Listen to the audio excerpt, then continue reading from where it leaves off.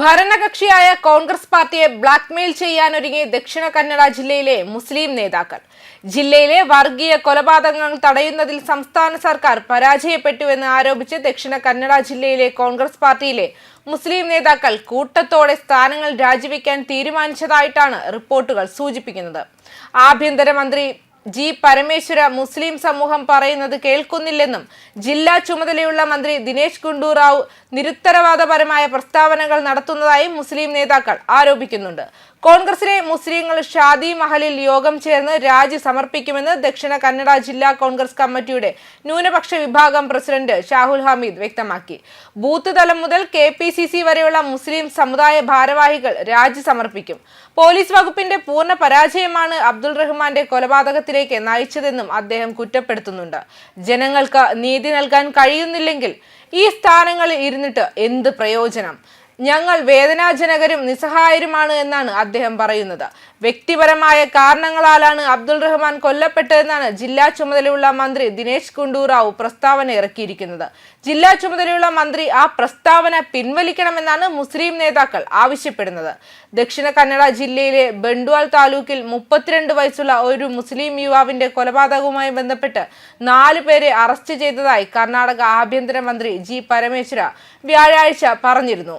ഇവരിൽ നിന്ന് ശേഖരിച്ച വിവരങ്ങളുടെ അടിസ്ഥാനത്തിൽ നടപടിയെടുക്കുമെന്നും കൂട്ടിച്ചേർത്തു. കൊലപാതകങ്ങളെ സംസ്ഥാന സർക്കാർ വളരെ ഗൗരവമായാണ് കാണുന്നതെന്നും ഇത്തരം വർഗീയ പ്രവർത്തനങ്ങളെയും കൊലപാതകങ്ങളെയും അടിച്ചമർത്താതെ വിശ്രമിക്കില്ലെന്നും പരമേശ്വര വ്യക്തമാക്കി.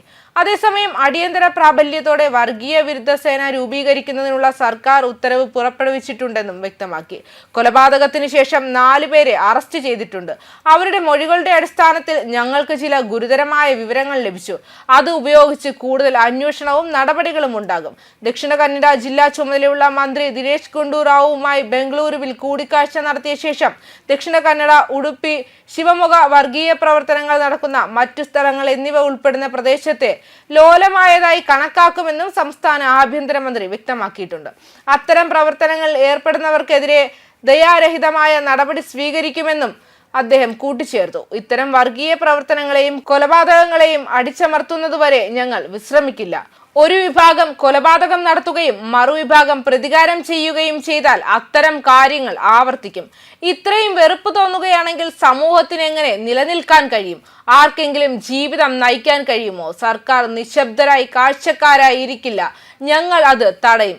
മെയ് 1 സാമുദായികമായി വളരെ സെൻസിറ്റീവായ ദക്ഷിണ കന്നഡ ജില്ലയിൽ സുഹാസ് ഷെട്ടി കൊല്ലപ്പെട്ടതിന് പിന്നാലെയാണ് റഹ്മാന്റെ കൊലപാതകം. വർഗീയ വിരുദ്ധ സേന രൂപീകരിക്കുന്നത് സംബന്ധിച്ച് സർക്കാർ ഉത്തരവ് പുറപ്പെടുവിച്ചിട്ടുണ്ട്.